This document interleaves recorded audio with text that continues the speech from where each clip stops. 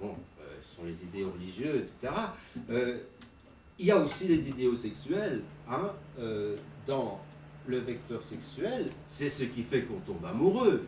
Hein, et donc là, mais qu'est-ce que ça pourrait être l'idéal du contact? Ah, là aussi, on peut évidemment dire c'est la convivialité. Hein. Je crois que oui. Hein, s'il faut mettre un idéal dans le contact, c'est la convivialité. Et avec ce type de patient, la convivialité, je dirais que c'est la seule chose qui marche. Hein. Évidemment, la convivialité à deux, ce n'est peut-être pas facile. Hein. Mais je pense quand même que c'est possible et qu'avec eux, en tout cas, j'ai le sentiment que, puisqu'il n'y a pas de relation d'objet véritable au sens classique du terme, hein, il y a quand même une relation, elle est forte, et c'est une relation conviviale. Parce que quand je m'analyse, je me rends compte que ce genre de patients, eh bien, ce sont des patients qui, chez moi, ne provoquent pas la moindre tension.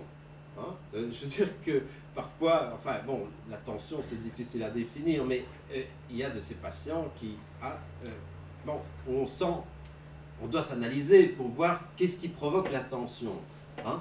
Est-ce que c'est parce qu'ils nous entraînent dans une espèce de perversion, ou bien qu'ils nous accusent de quelque chose, qu'ils nous mettent dans une position de culpabilité, ou bien est-ce qu'ils nous mettent en conflit avec nous-mêmes? Non, avec eux, jamais. Hein, et on n'a pas de conflit. Hein, et il y a cette possibilité, et c'est très positif finalement, hein, d'avoir à deux une relation conviviale, mais qui ne soit pas la convivialité des bistrots. Hein, parce que celle-là, ils n'en veulent plus non plus, évidemment, ils en sont revenus, hein, ils ne trouvent plus leur... Alors quand je me pose la question, mais qu'est-ce qu'ils viennent chercher? Mais je me dis qu'ils trouvent peut-être ça, mais ça on ne peut pas le donner évidemment. Hein. Je veux dire que la convivialité, ça ne se donne pas, c'est quelque chose qu'on vit sans pouvoir très bien le qualifier exactement. Hein.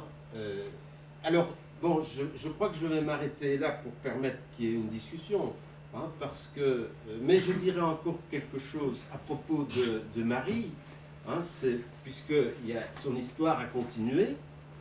Elle est allée 15 jours à la clinique psychiatrique et là, elle s'est sentie très bien. Hein, et bon, je l'ai revue à sa sortie de l'hôpital, elle était furieuse parce que elle m'a dit si ça continue comme ça, je finirai par me flinguer, parce que les psychiatres à la clinique, pourtant, dit-elle, ce n'est pas une clinique psychiatrique, c'est la clinique de psychologie médicale. Hein. Bon, là, ils font de la psychologie. Bon, et moi, j'y allais en pensant qu'ils étaient psychologues. Elle dit, mais ils ne le sont pas du tout, hein, parce que quand ils ont vu que j'allais bien, ils m'ont dit, qu'est-ce que vous venez faire ici, vous? Et c'est vrai qu'elle a guéri assez rapidement du fait qu'elle a un bon contact, hein, ou en tout cas elle favorise chez les autres un contact facile. C'est pas quelqu'un qui a des barrières de contact. Hein.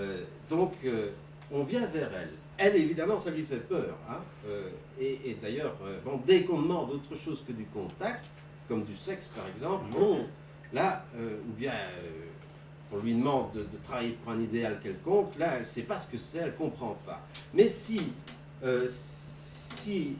on n'attend rien, sinon que, bon, se retrouver là autour d'une table et dire ce qui s'est passé dans la journée, et bon, des petites conversations, alors ça va très bien, et elle l'a effectivement guéri. Je ne m'y attendais pas parce qu'elle était tellement mal avant d'entrer à l'hôpital que je pensais que ça allait durer. Donc, ben, non, c'est le fait de franchir la porte de l'hôpital, de se sentir protégé, et puis de lier rapidement connaissance avec quelques personnes, ça a suffi pour la sortir de cet état-là. Et alors, elles étaient furieuses en sortant parce que elle dit ça fait pas sérieux, quoi. Ça fait pas sérieux pour eux. Ça, c'est sa projection sur le psychiatre et sur les gens de la clinique. Mais ça fait pas sérieux pour moi. Hein. Vous vous rendez compte, je vais à l'hôpital et on me garde seulement 2 semaines. Alors que je vais quand même mal. Hein, et je suis le premier à reconnaître qu'elle va vraiment très mal. Hein. Et moi, je n'étais pas content non plus. D'ailleurs, je l'ai fait savoir à mon collègue chef de clinique, mais qui m'a dit, mais elle n'est pas malade, cette femme-là. Hein.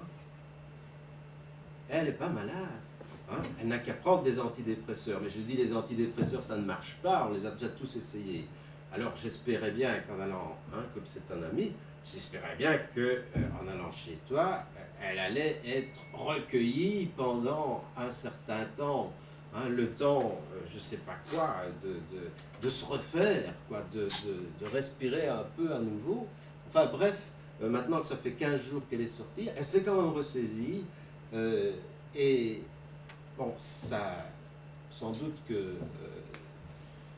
ma foi, ça lui a quand même fait du bien, hein, ces 15 jours de convivialité, finalement, parce que c'est ça qu'elle a trouvé. Elle s'est fait 3-4 amis, mais quand elle les a retrouvés à l'extérieur de l'hôpital, ça n'a plus marché, évidemment. Hein.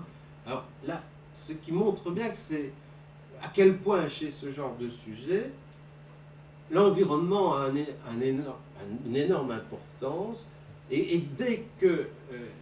c'est pour ça que c'est aussi tellement difficile à traiter, c'est parce qu'on ne peut pas tenir compte de tous les éléments qui constituent cet environnement.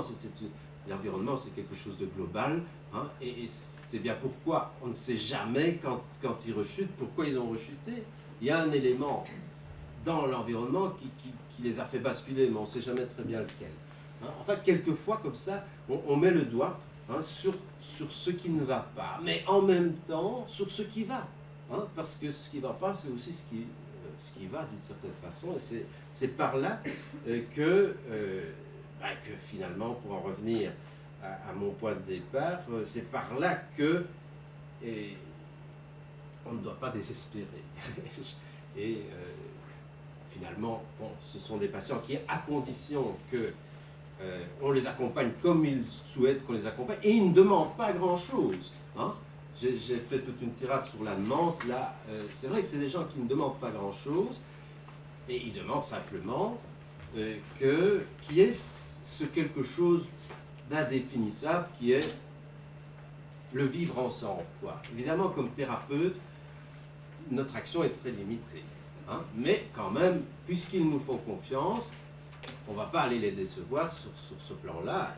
Et donc, dire écoutez, je ne peux rien faire pour vous, ça c'est la catastrophe, évidemment.